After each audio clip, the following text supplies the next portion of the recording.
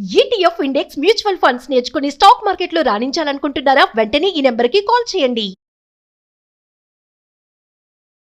నమస్తే, welcome back to Suman TV. Present మనతో పాటు ఉన్నారు 24 years నుంచి అమెరికాలో ఉంటున్నటువంటి ఎంఎన్సీ ఎగ్జిక్యూటివ్ వీరభద్రరావు గారు. సార్తో మాట్లాడదాం. నమస్తే సార్. నమస్కారం. Coming to MAGA make America great again. Trump ఏది నిర్ణయం తీసుకున్నా కూడా, ఏ డెసిషన్ తీసుకున్నా కూడా ఏంటంటే అమెరికన్స్కి అది మంచి జరగాలనే దాంతో తీసుకుంటున్నారు అనేది ఒక టాక్. కానీ అక్కడ అమెరికన్సే ట్రంప్ తీసుకున్న డెసిషన్స్కి కొంచెం ఎగనెస్ట్గా కూడా ఉన్నారనేది కూడా ఒక టాక్. అంటే భారతీయులకే కాకుండా ఈయన తీసుకున్న నిర్ణయాలు మాకు కూడా ఇబ్బందికరంగా ఉంటున్నాయి అని చెప్తున్నారు. ఇది నిజమేనా సార్? ఇది నిజమే. ఇప్పుడు 2-3 టాపిక్స్ ఉన్నాయి అందులో చెప్తే. First of all illegal immigration అన్నాం. అయితే ఈ ఇల్లీగల్ ఇమిగ్రేషన్ లేదంటే ఇమిగ్రెంట్స్ని తీసేస్తాను ఇలాంటి మాటలు క్యాంపెయిన్ చేసినప్పుడు ఇండియన్స్ కూడా ట్రంప్ని సపోర్ట్ చేశారు. మనవాళ్ళు భజన చేశారు, అలానే మనవాళ్ళు కూడా యజ్ఞాలు, యాగాలు, పూజలు చేశారు. ఆయనకి అక్కడ గుడి కూడా కట్టారు గుజరాత్లో. సో మనం కూడా అందులో పార్ట్నర్షిప్ ఉంది మనకి. We're an accomplices to this whole situation.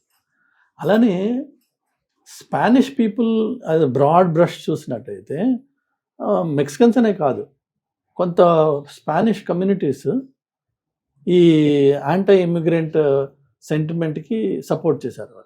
వాళ్ళ ఓట్లు లేకుండా అమెరికాలో ప్రెసిడెంట్ ఎవరు గెలవరు. స్పానిష్ బ్లాక్ చాలా పవర్ఫుల్ బ్లాక్. అది స్పానిష్ పీపుల్ యాంటీ ఇమిగ్రెంట్ ఫిలాసఫీకి, యాంటీ ఇమిగ్రెంట్ మెసేజెస్కి సపోర్ట్ చేస్తూ ఈయనకి ఓటేశారు. ఎందుకంటే క్యాంపెయిన్ టైంలో తను అన్నది ఏంటంటే, నేను ఎవరెవరైతే క్రిమినల్స్ ఉన్నారో ఇక్కడ వాళ్ళని తీసేస్తాను, వాళ్ళ వల్ల దేశం పాడైపోతుంది, వాళ్ళని తీసేయాలి. ఎందుకంటే ఆయన చెప్పేది ఇక్కడ రాబరీస్, రేప్స్, డ్రగ్స్ అవుతున్నాయి కాబట్టి వాళ్ళని తీసేయాలి. అది లాజికల్గా అందరికీ బాగా అనిపించిన మెసేజ్. సో ఆ ట్రాప్లో ఆ మెసేజ్ని ఫాలో అయిన వాళ్ళు Venezuelans for America, for Trump, Hispanics for Trump, అట్లా రకరకాల స్పానిష్ గ్రూప్స్ కూడా ఈ మెసేజ్కి సపోర్ట్ చేశాయి. కానీ యాక్చువల్ ఇంప్లిమెంటేషన్కి ఆయన పవర్లోకి వచ్చిన తర్వాత డిపార్ట్మెంట్ ఆఫ్ హోమ్లాండ్ సెక్యూరిటీకి 100% అధికారాలు, ఫ్రీడమ్ ఇచ్చిన తర్వాత ఇప్పుడు ఆ లాస్ని ఎలా ఇంప్లిమెంట్ చేస్తున్నారు వాళ్ళు అంటే, లిటరల్గా మీరు ఎప్పుడన్నా మనకి ఊళ్ళలో కుక్కలను పట్టుకోవడం చూసారా? ఒక వ్యాన్ వస్తుంది, మనుషులు తాళ్లతో దిగుతారు, చిక్కుముడేసి దాన్ని పట్టుకుంటారు, డబ్బాలు వేసి తీసుకెళ్ళారు. లిటరలీ అంతకంటే ఘోరంగా అది యాక్చువల్గా తాడేస్తే అది కుక్క ఆగుతుంది. అది అంతకంటే ఘోరంగా మంచి అట్టకట్ట 6 అడుగులు 250 pounds ఉన్న ఐస్ ఏజెంట్స్ వెళ్ళి మనుషుల మీద పడి వాళ్ళని నేల మీద పడేసి అతి అమానుషంగా వాళ్ళని అరెస్ట్ చేసి తీసుకెళ్ళి కుక్కల కంటే హీనంగా ఉండే ఫెసిలిటీస్లో వాళ్ళని పెట్టి ఈవెన్చువల్గా వాళ్ళని ఫ్లైట్స్లో రకరకాల వాళ్ళకి అసలు తెలియని కంట్రీస్కి వాళ్ళని డీపోర్ట్ చేసేస్తారు. ఎప్పుడైతే ఈ విజువల్స్ మీకు టీవీల్లో కనిపిస్తున్నాయో అందరికీ గుండెలు తెలుస్తున్నాయి. ఎందుకంటే మీకు ఒక లార్జ్ క్యాంపెయిన్ అన్నప్పుడు ఒక మాట వేరు, కానీ ఈ పక్కింట్లో ఉన్న ఒక లా అబైడింగ్ కష్టపడి పనిచేస్తున్న ఒక స్పానిష్ ఫ్యామిలీకి అర్ధరాత్రి వచ్చి తలుపులు బద్దలు కొట్టి ఆ ఫ్యామిలీని లాక్కెళ్ళిపోతే ఆటోమేటిక్గా మనలో ఉన్న మానవత్వం కొంచెం ఏడుస్తుంది. అదేంటి వాడేం చేశాడు? కానీ ఇప్పుడు నీ క్యాంపెయిన్ అయిపోయింది. ఇప్పుడు జరిగేది ఏంటంటే జైలు నింపాలి, జనాల్ని తీసేయాలి. క్రిమినల్, నాన్ క్రిమినల్ ఆ డిస్క్రిమినేషన్ లేదు. Brown skin take him out. So దానివల్ల ఫస్ట్ ఆఫ్ ఆల్ దాదాపు 60 to 70% పీపుల్, మాగా నాన్ మాగా, అందరూ కూడా ఈ రకమైన ఇమ్మిగ్రేషన్ ఇంప్లిమెంటేషన్కి యాంటీ అయిపోయారు. అది ఒకటి.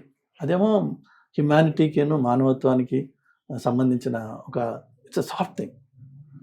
రెండోది వచ్చేసి ఇందాక మీతో అన్నట్టుగా అమెరికాలో కొన్ని స్టేట్స్ లైక్ అయోవా అని ఒక స్టేట్ ఉంది. అది కంప్లీట్లీ ఇమ్మిగ్రెంట్స్ లేబర్ మీదే డిపెండ్ అయిన స్టేట్. అది అంటే వాళ్ళు పెద్ద పెద్ద మీట్ ఫ్యాక్టరీస్ అక్కడే ఉంటాయి. అలానే అగ్రికల్చర్ చాలా ఫస్ట్ ప్రైమరీ ఇండస్ట్రీ వాళ్ళది. దెన్ ఫ్లారిడా స్టేట్ ఉంది, అక్కడ కూడా అగ్రికల్చర్ ఈజ్ మేజర్. టూరిజం ఒకటి, అగ్రికల్చర్ రెండోది.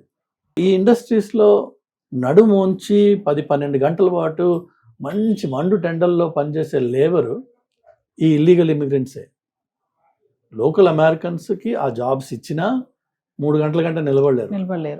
అంటే మనకు వాళ్ళకి అలవాటు లేదు. వీళ్ళేమో గత్యంతరం లేక వాళ్ళు అమెరికాకి వచ్చిన వాళ్ళు కాబట్టి వాళ్ళు ఏ పని దొరికినా చేయడానికి రెడీగా ఉన్నారు, చేస్తున్నారు.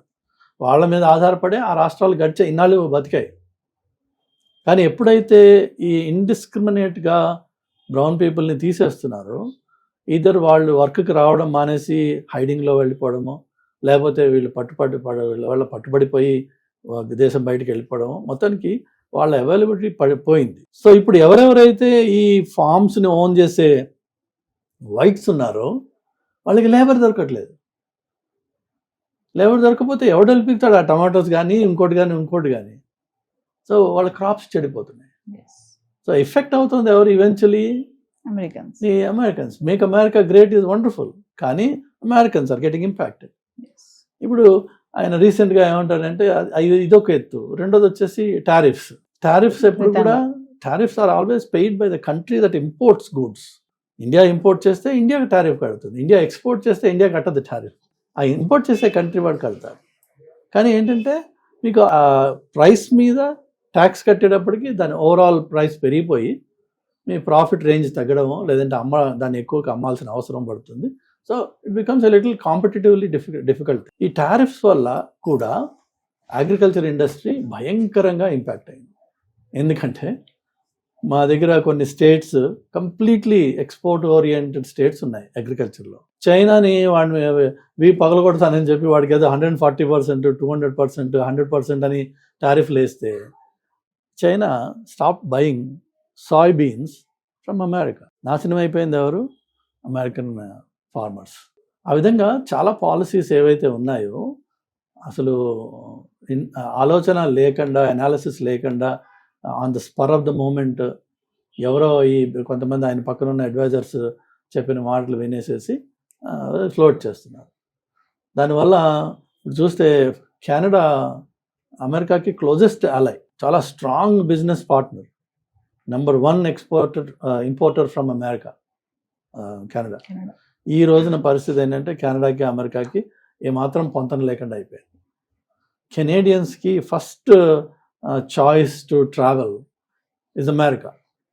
వాళ్ళ ట్రావెల్ దాదాపు బిలియన్స్ ఆఫ్ డాలర్స్లో జరుగుతుంది ఎవ్రీ ఇయర్. ఎప్పుడైతే ఇది నేషనలిస్టిక్ మాట వచ్చిందో కెనేడియన్స్ అమెరికాకి ట్రావెల్ చేయడం మానేస్తారు. దానివల్ల ట్రావెల్ ఇండస్ట్రీ దాదాపు 25లో $13 బిలియన్ లాస్లో ఉంది.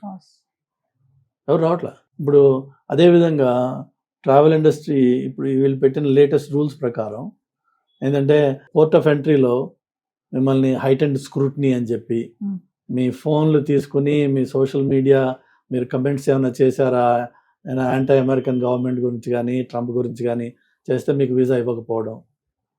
ఆన్ టాప్ ఆఫ్ ఇట్ ఇప్పుడు కొత్తగా రూల్ ఏమొస్తుంది, 1/1 నుంచి వచ్చింది ఏంటంటే మీరు last 5 years social media history ఇవ్వాలి, మీ డిఎన్ఏ శాంపుల్ ఇవ్వాలి. గాడ్ నోస్ వాళ్ళు ఎందుకు అడుగుతున్నారో తెలియదు కానీ డిఎన్ఏ శాంపుల్ ఇవ్వాలి. దానివల్ల ఈవెన్ ట్రావెల్ చేద్దాం అనుకున్న వాళ్ళు కూడా రావట్లేదు. ఇప్పుడు నెక్స్ట్ 26లో ఫీఫా వరల్డ్ కప్, అది అమెరికా, మెక్సికో అండ్ కెనడాలో 3 కంట్రీస్ కలిపి జరగాలి. వాళ్ళకి మేజర్ కన్సర్న్స్ ఉన్నాయి వాళ్ళకి. ఎందుకంటే ఈ ట్రావెల్ రెస్ట్రిక్షన్స్ వల్ల ఫుట్బాల్ ఫ్యాన్స్ చాలా క్రేజీగా ఉంటారు. వాళ్ళు చాలా ఏ కంట్రీకి ఎక్కడికైనా వెళ్తారు వాళ్ళు. కానీ అమెరికాకి వచ్చే అవకాశాలు తగ్గిపోతాయి. బికాజ్ కొంత యాంటీ ఎల్జీబీటీ పాలసీస్ కూడా ఉన్నాయి ఇందులో. ఆ ఫుట్బాల్కి వచ్చే వాళ్ళు good number of them are LGBT people. వాళ్ళకి వీసా ఇస్తావా ఇవ్వవా నువ్వు. సో ఇలా ఏవైతే ఈ గత 1 yearలో పాస్ చేసిన బిల్స్ కానీ రూల్స్ కానీ ఎగ్జిక్యూటివ్ ఆర్డర్స్ కానీ అవి even though America first, MAGA America great అని చెప్పి అన్నా ఇంపాక్ట్ ఎవరి మీద పడుతుంది అంటే మళ్ళీ అమెరికన్స్ మీదే పడుతుంది, అమెరికన్ ఎకానమీ మీద పడుతుంది. So people are not happy. But yet కొంత రోజీ పిక్చర్ని పెయింట్ చేసే ప్రయత్నాల్లోనే ఉంటున్నారు అందరూ. But on the ground people are not happy.